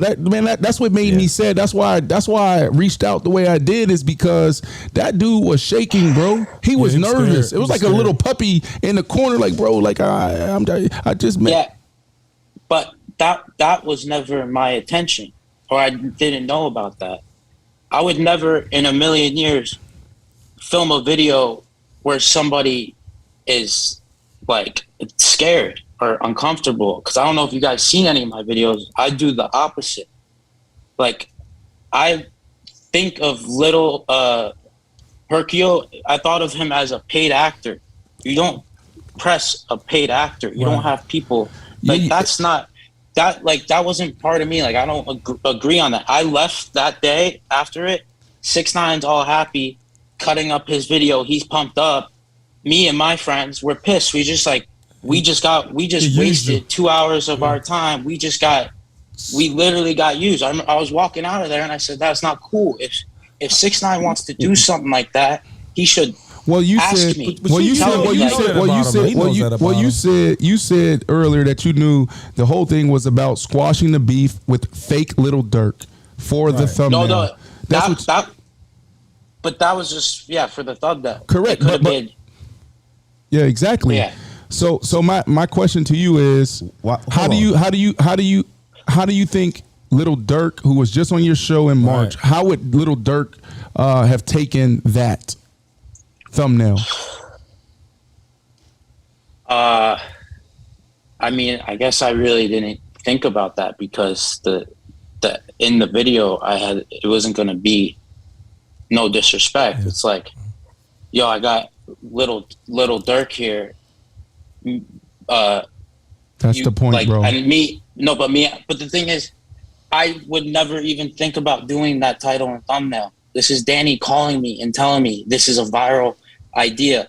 Like I would never in a million years think about that. So your focus was only to go viral, and you didn't care about how you got there or what route you took to do it or who it hurt in the like you didn't think about ramifications. I mean, here's my number one question. 6ix9ine, you know how he does business. You know how he gets down. So why would you even entertain doing a video with him? Well, here's the thing. 6ix9ine, but I've known 6ix9ine for the past year, and I've filmed videos, and he hasn't been 6ix9ine. He hasn't been on socials. When I'm with him, we do fun, cool shit, give away money. Come on, Steve. Like, seriously. Come on, dog. This is a whole... Steve, come on, bro. No. He's no, but you don't understand. But I'm saying, if he's how you guys saying, come on, the past year, he's been a completely different person. You guys don't know Danny versus when he turns Tekashi 6ix9ine. Like, this shit, if he was making music 6 months ago, probably something like this would have happened where I get brought into this. But like, I didn't want to do this. I know, but if he's talking, I didn't mean for any of this to happen. But if he's talking about bringing in anything with Lil Durk, right? You know it's something. They got real beef there, right? And my thing is this with the little homie. What's his name? Periko, right? He look like a little kid. How old is he? 16, 17? How old is this kid? He a young boy, right? He a young boy. He's young, yeah. But that's my thing, though. You know these dudes don't play, right? Couple things I want to address. And Steve will do it. Seems like a humble guy. Seems like a guy who can be receptive to a message. And me being influential in the culture, right? Me being influential in the culture, I have to use my voice as one of the savvy minds to be able to identify certain things that may or may not be identified amongst a large audience. As I navigate through and I see Steve will do it, he'll speak about his relationship with Tekashi 6ix9ine and how when he met up with Tekashi, there was nothing happening like what you see with him and Periko. There was this dude that would give out money. There was this guy that would do fun shit. This is what he said. And you guys don't know Danny versus Tekashi 6ix9ine, and I'll give you that Steve will do it. They don't know Danny, and neither do we. We don't know Danny. The problem is he didn't show up there as Danny. He showed up there as Tekashi 6ix9ine. And then you spoke about how you felt about Lil Durk, the fake Lil Durk. This is even more interesting because we don't even deal in these kind of terms. These cards are not even valid. These are not even participators. These ain't even members, right? But let's entertain it because you guys took it to a place that we don't necessarily like to be at, but we can play there too, right? So let's understand what happened. Say you look at the fake Lil Durk Perkio like a paid actor. That's fine. Let's concede to that point. And for those watching, I want to make Steve Will Do It a conduit to my message to people, to onlookers that's watching our culture and want to interact with it in a way that's profitable for them, but never you contribute anything to our culture. It's dangerous to take from something and never give to it. It's dangerous never to water something and expect it to give something to you. Let this be a message to people who are looking and paying attention to everything rap, hip hop, culture, and they want to be involved only from a profitable standpoint. Just because the water is calm does not mean that there's no sharks in the water. Because we come on your shows and we smile with our jury, it's pain behind this shit. Because we come on your shows and we smile with our jury on and we answer your questions showing veneers. I need you to understand that it's serious business behind what we stand on and what we've been provided. The world has provided us nothing, and we've created something with it. The invisible chip on our shoulder could be activated by some of the things that you guys are doing. You look at the fake Lil Durk like a paid actor. We agree there. Let's just agree. Again, I'm with agreeing with him. I'm with agreeing with him on some things because some things make sense until it don't make sense. Yo, I looked at the fake Lil Durk Perkio like a paid actor. That's cool, but what did you look like Tekashi? What you look at Tekashi like? Because that's what we dealing with. Yeah, it's a paid actor, and who else? Well, we was getting the thumbnail to squash the beef with the fake Lil Durk. What beef? And what beef you squashing? Steve Will Do It squashing. Man, listen, man, let me relax because the message got to be consumable. Steve Will Do It can't squash black people beef. Steve Will Do It don't know what black people beef consists of. Steve Will Do It need to keep it known out of black people business. And Steve Will Do It is act as a conduit to my message to the rest of the onlookers. Keep your nose out of black people business. You have no business there. You don't understand what it's like. See, we have a complex view in black men. We got to shift around some things you don't even consider for us to even get in a place to where you want to pay us. Certain things we deal with you could never understand. Imagine ducking death in the same hood you celebrate Hood Day and had a time of your life in. These the same streets. It's the same neighborhood. But a lot of you dudes get to go on yachts and things. You well to do. You don't know what it like to duck death. You don't know what it like to run around this motherfucker as a like Lil Durk ducking the federal government. Look what we know what come on, man. Stay out of black people business. It's too complex. It's too complex, my nigga. Talking about beef. That's a black people word. That's our word. And we started. You understand? Stay out of that. You ain't squashing beef for people you don't know. And it ain't no beef with the little homie. Lil homie ain't got no beef with no Tekashi 6ix9ine. And you having all that money and being so savvy. I'm confused how you was tricked in such. What? You tricked just. Hey, this a viral moment, man. I'm going to squash the beef for the thumbnail. What beef? And that's why it's up there podcast is so important, right? Because I know them necklaces, the chains, the homies with you. I know what's behind that. But see, these other people, some of these white people or some of these people involved in culture, they don't know that, boy, I'm sitting next to you, I'm smiling, but I'm drowning. I'm drowning, my nigga. It's happening. I'm smiling right here because I know the ops watching. Yeah, I know the onlookers, yeah, they mama say don't never let them see you sweat. I know I got the yeah, but boy, it's happening. And for entertainment purposes, people involve themselves in things that they don't even understand. To casually hear a white person, right? And everybody know I'm not racist. I'm identifying the attributes. I'm identifying the information. That's what I'm doing. That's what we do on this side, right? When black people do shit, when my people do shit, say, yo, why we even selling the culture like that? If that interview was worth something, throw that number out across media platforms. Let's see if one of us can partner with Cadillac and get that done.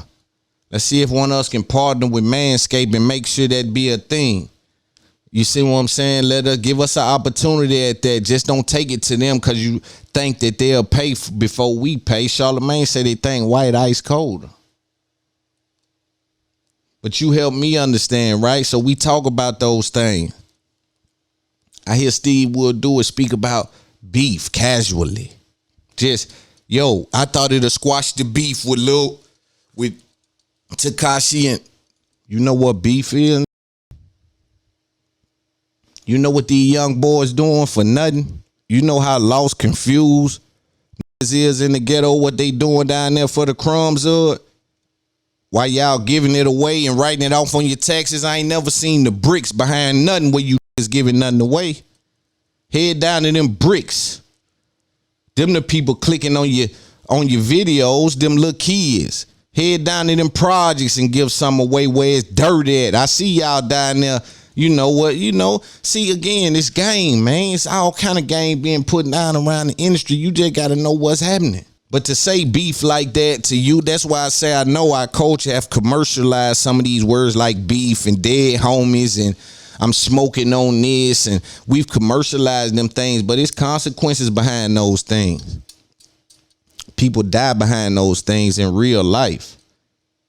And beef is ducking death. You squashing somebody ducking death, that's what beef is. And I'm just using your words. If we just take it for what I try to squash some kind of beef. That's why I know your inability to keep up with our complex understanding of what's happening, dog. We got to smile and be beefing. So you think beefing ain't no pressure involved just because we smiling. We smile like you, my nigga, but it's for a different reason. And then I ask myself, why get in beef? Why, as a person doing tremendous business in this space, Happy Dad and all these different things doing tremendous. You dudes are pulling and pushing over there, grabbing folk and doing things. It's tremendous, right? Why put yourself in beef? Because I can deal with that. Because you mask it and say, yo, I'm dealing with this to try to handle the skit. But the real reason is the beef. There's some kind of beef you trying to squash. And what you look like squashing a beef? Somebody got to fill me in. Got a lot to talk about, right? But we'll get to that next week. We just got back, you know what I mean? Doing a lot of work, putting a lot of game down, respected on a bunch of levels. It's Up There Podcast. Round of applause for my motherfucking supporters.